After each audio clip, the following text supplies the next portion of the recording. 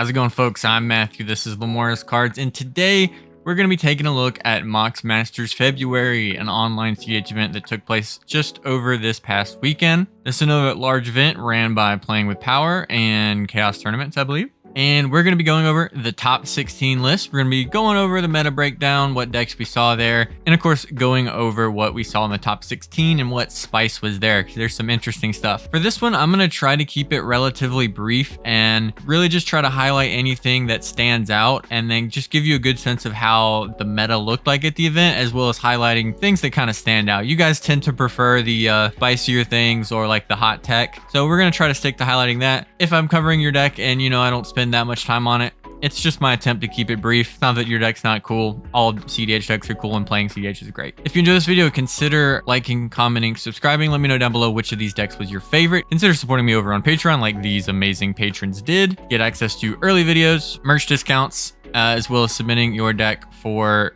tournament reports. I'm going to have another one of these Wednesday, which is going to have a cool featured patron deck. And with all that being said, let's hop into it. Looking to run a great cEDH event? Having hosted over 100 successful tournaments, Eminence Gaming has your back with Command Tower. With its intuitive tournament manager dashboard, you can handle everything from deck list submission to player management in just a few clicks.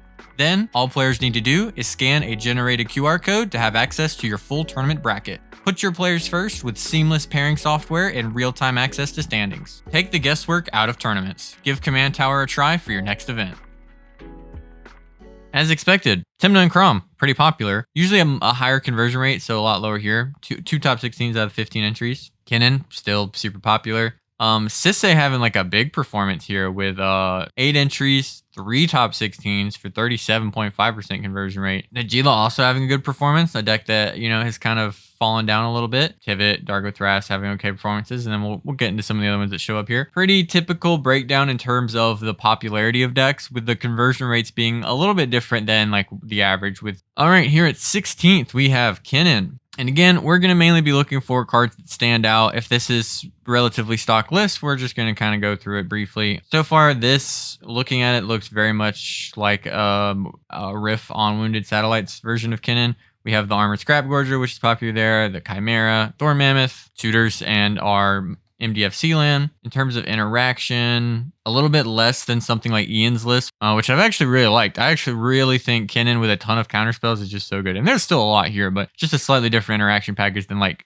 Ian's list that won the boil. So we are in the Trinisphere, no Sylvan Library. So we do have Crop Rotation Emergent Zone. Not all the Kinnans can really take advantage of Emergent Zone. So pretty standard Kinnan list. And then we have Wounded Satellite, but he's playing Roxai. No Kinnan on Roxai. Let's see. So I know Zane and I guess maybe some other Roxai pilots have been testing. They were on this suite of 6 creatures for a while. Now they're on Fimage as well. Both the sorcery speed of Final Fortune effects. Sometimes people are on 2, sometimes people are on 3, but this deck is usually likely to be running like the max amount of that effect. It's just really cool to see pilots like Wounded, who is like really known for a deck, just show like, no, sometimes I'll play Ob, no, sometimes I'll play Roxai. We're just going to do it. We'll just top 16 either way. Looking like Zane's list, pretty much. A lot of the decks had moved to Conqueror's Flail. There were a lot of Roxais on Conqueror's Flail as another like kind of defense grid like option. Not showing up here. So no Conqueror's Flail, opting not to run that extra piece of like Grand Abolisher effect. And the 24 lands that live in the Roxai life with no lands. Who needs them? And then yeah, we see the Conqueror's Flail. I know like Zane was testing Notion Thief again. I'm not sure if he was on it in the last event he played. I know he played in one where he was recently. All right, then we're looking at a Kraum Tymna list. We've got the Saracen in it, so we're beating people. Oh yeah, let's see it, baby. We have the T and K beats. People are doing it. You guys know I love the Brina. We're seeing it. Saracen and Brina in top 16. Let's go. Yeah, I love it. We are on the one wheel. That's been a little bit more contentious. People like Boston Roll, even going to 0 wheels in T and K. Is on the Imp Seal. People have been cutting that as well. Is on the Reanimate. Dispel and Miscast. So probably somebody's going really high on cheap interaction. The interaction package is just like a card or 2 different from like what I consider stock. We are on the Smothering Tithe. This is starting to become more and more stock in T and K lists, especially like, hey, we're trying to take advantage of going later. We want the game to drag on. Yeah, I love it. I love seeing Brina in the top 16. Really sick. I think it's got legs. I don't know if it came up in this tournament, but hey, try the card out in T and K or whatever deck you're playing. Coming in at 13th, we're looking at a Najeela list. What do we got here? Got kind of what you'd expect. Cutzel as a, most of a Grand Abolisher on a warrior body. Pretty nice. None of the Devilish Valet stuff that like Memo has been testing. I know even like some of the turbo lists have been running that just because of how easy it can be to kill a player with Devilish Valet and Najeela. Legless is quick reflexes. I know the Najeelas have kind of debated about whether that card works for the deck, but trying to do creature combos, god, that card is so hard to deal with. They are in the Agathas, so one cool thing Agathas does with Najeela, you don't really have like a ton of creatures with activated abilities. You basically just have like Ranger Captain and your dorks. Good enough. Mana fixing for Najeela though can be really nice. That can make it so easy to take a board state that where you just don't really have the mana doesn't line up for activating Najeela.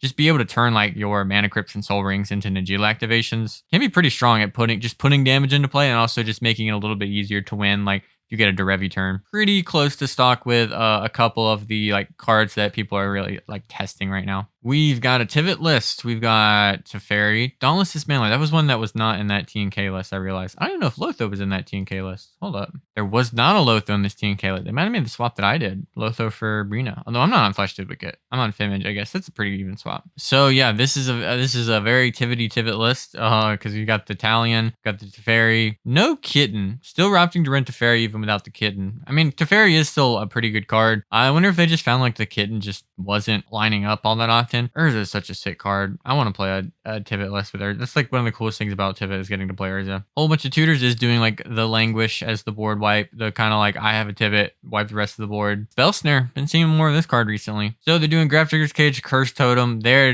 doing the Tivit thing. Are they also Blind Obedience-ing? Yeah. So they are definitely doing the mid-range Esper borderline, just all the asymmetrical stacks we can run. Really looking to go big into the end game, like we were saying with like the T&K list, between Smothering Tithe and the One Ring, Italian, like a million different draw engines. Another Tymna Kraum, this one on the Teferi, no Kitten, no Brina. Come on, dude. This is pretty much, I think, the stock creature package. Is on the Reanimate, is on the Imp Seal as well. Opting for Dam over Deluge. Let's see if they're also on Fire Covenant. Looks like they're not. So running Dam is their board wipe of choice, plus like Overloaded Rift. I guess Dispel stocks are just much higher now. It felt like that card was not seeing a lot of play, but almost every list we looked at has been on it today. On the Necro. So again, you don't have to be a turbo deck to run Necro. Like you look at this is pretty standard for a lot of T&K lists. They're not running Culling the Weak or something like that. Like Cabal Ritual and Dark Ritual, Rite of Flame, those are all completely stock in these lists. Running Necro because it's a pretty good card. You can look at it as a draw engine. You can,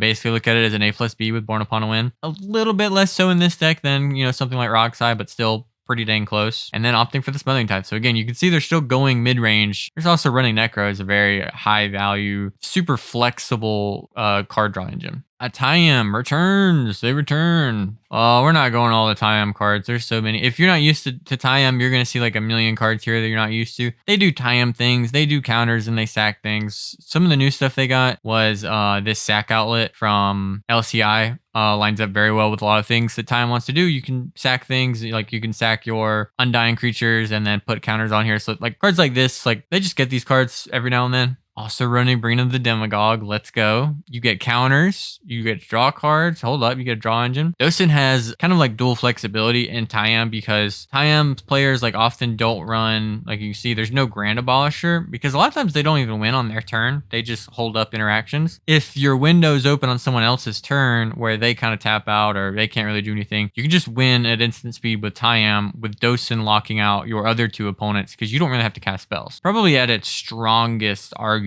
in Tayam is running Archdruid's Charm. Being able to find a land is good. Being able to put counters on your thing is good. Being able to remove a hate piece potentially is good. This card does a lot of things that Tayam wants to do. Assemble the players. This is another new one. You may look at the top card of each library, anytime. Once each turn, you may cast a creature spell with power to it. So kind of like draw engine that lines up well with the thing Tayam wants to do. Your percentage of hits looks pretty high. Probably worth testing again. It's a newer card. Gotta try it somewhere. Insidious Roots.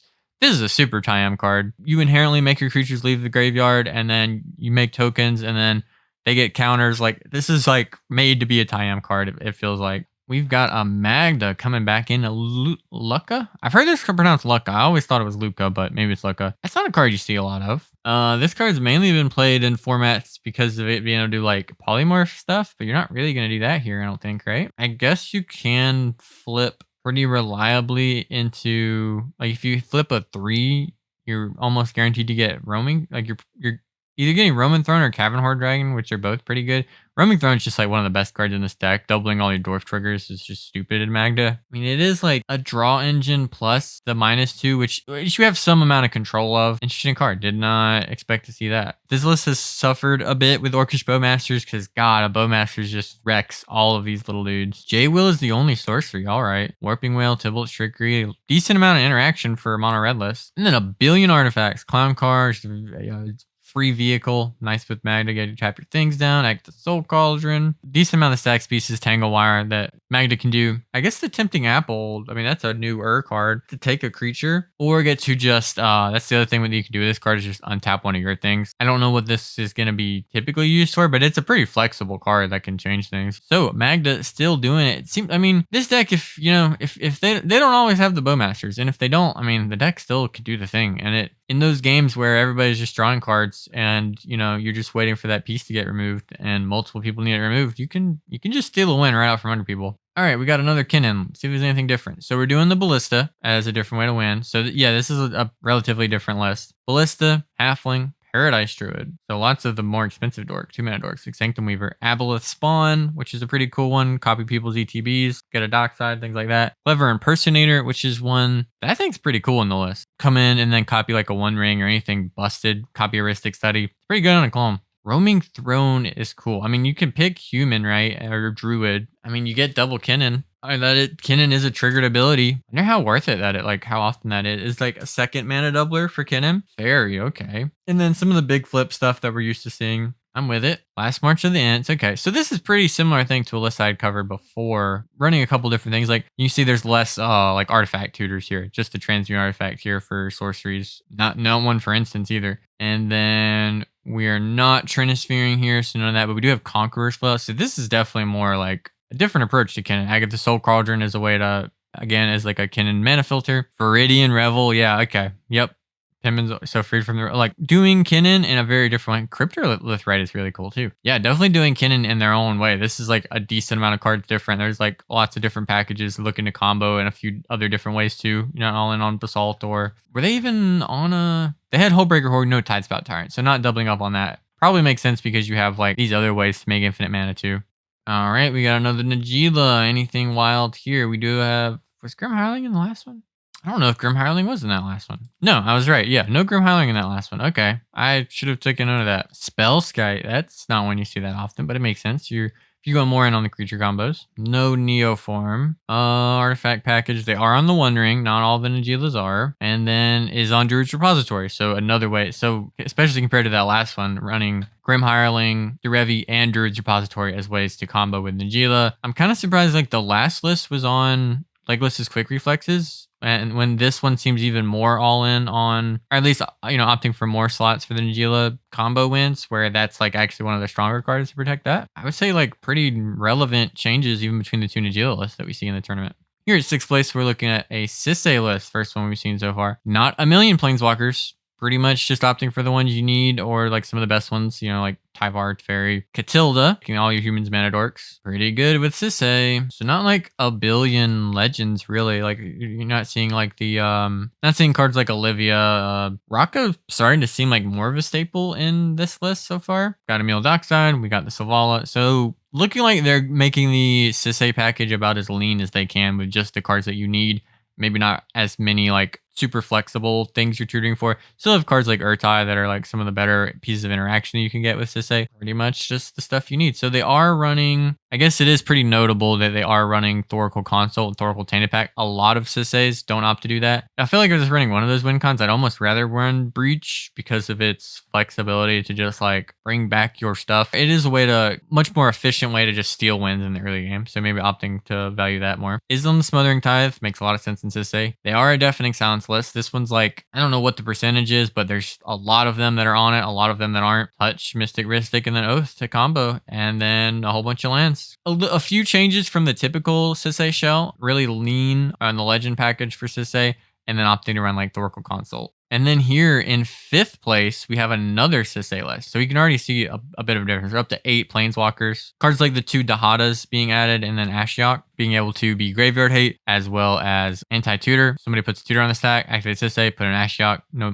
tutor. Dahada, recursion, and make a whole bunch of treasures, so can kind of mana fix. Is like a 4-drop you can get that mostly rebuys you a Sisay activation depending on your mana. And then Dahada is really cool because you can use it as like an engine. You know, you can get somebody's thing, you know, put the counters on stuff. But for the most part, it's just like another untapper you can do that gives you Grixis colors on the search. You search for it. Like if you have a, you know, Fabro Elder, you tutor up for Giadrone, -3. You can do it on your own creature. Untaps it, gives it haste. Yeah, another option to do stuff like that. Halfling, whole bunch of dorks, Tinder. Catilda here as well. Niambi, which is basically like another thing that can like rebuy you stuff. Put that into play. Bounce your dockside. Cards I mentioned like Olivia that can be like a haste enabler and is on the Sky Turtle, which is just a hard to interact with thing. Long Goodbye. That's the uncounterable destroy a creature. Very helpful at blowing up things like Opposition Agent, which you need to be able to get rid of. So you have that and Abrupt Decay as uncounterable ways to do it, as well as bouncing it with Colossal Sky Turtle. And then pretty lean counterspell package, right? Offer, Fluster, Misstep, Swan Song, Fierce, MBT, Force. As we saw, there was no Thoracle Consult and there was no Breach in this one. So pretty much just doing Sisay combos. Flower the White Tree helps protect your stuff and buff your Sisay, which is nice. The staples, and then Touch, another uncounterable way to get rid of an opposition agent,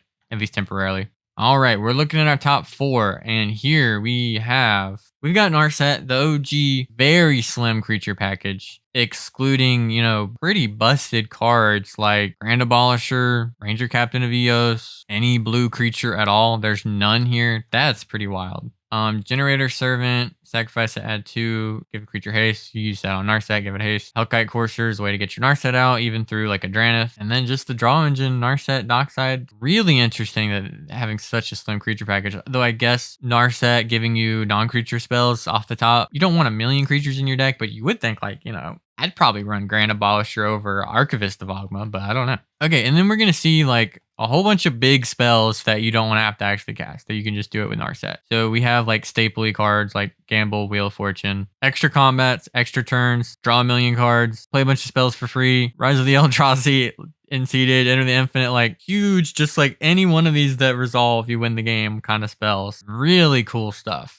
You know, you get to go real big here. You know, Mystical Tutor is basically like a 1-card win con for this deck. So really cool. And then the instance. So we have Nexus of Fate and then like Delayed Blast Fireball as a kind of synergistic card because if you cast it from Narset, it's cast from exile. So it deals 5 to all your opponents. Also nice because Narset's an attack trigger. So you can wipe the board and your Narset is more safe to get in. And then, you know, lean interaction package for the most part. Running some bigger thing like Mana Drain here makes a lot of sense. Torpor Orb and Curse Totem locking out creatures because you're basically just deciding not to run them. I think this is really cool. I think it's a really cool list. And then we have kind of stuff you'd expect to see. Breach, Blind Obedient, Summoning Tithe, and then one with the multiverse. Mine as well, right? We're doing crazy, big, expensive non-creature spells. It's like a future sight that gives you a once per turn omniscience. All the Bandit Lord to give it haste. So they're just like so all in on Narset. I respect it. Only 24 lands too and your deck is like, hey, I got to cast my 6-mana commander. Really cool, really wild.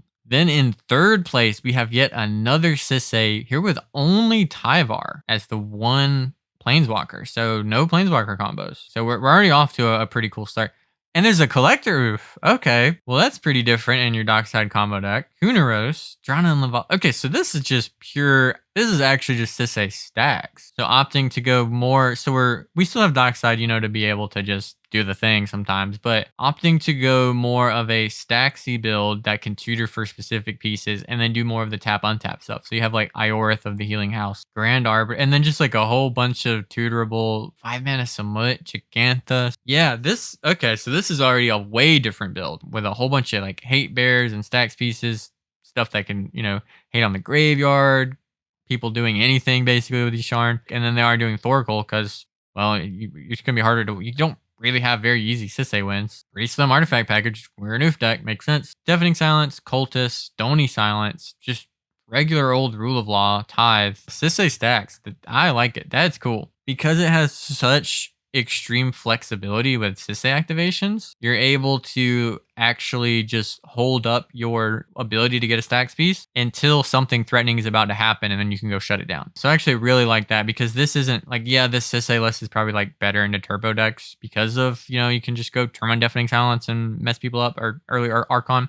Kind of like, Tayam has done, right? You don't have to just jam Stax pieces into stuff. You can hold up your ability to stop things or put something into play that stops with the current thing. Somebody starts to breach, Kunaros, boom, into play. And then you have the ability to just beat people to death with something like the old Samut. Also, being a haste enabler and an untapper, really cool. Really like this list. And we got another pretty unique one here at second place in this event with Omnath, Locus of All. If you're not familiar with this card, if you lose unspent mana, that mana becomes black instead. Beginning of your pre-combat main phase, you look at the top card and you can reveal it if it has 3 or more colored mana symbols in its mana cost. You do add 3 mana in any combination of its colors, put it in your hand. Looking at the list, we're definitely building for that first part, if anything, other than that second part, because there's only like 2 or 3 cards that trigger Omnath. We're mainly just making mana, and we get to hold it up and then have a whole bunch of mana going into our other turn. Like, we make a bunch of black mana, which again makes cards like Beseech and Pure a whole lot better. So we're looking pretty 5-color good stuffy creature package. Clone, Grand Abolishers. They're not very heavy on the creatures though. That's 15 and just like 2 dork. Pretty much 5-color good stuff on the sorceries, except we have Beseech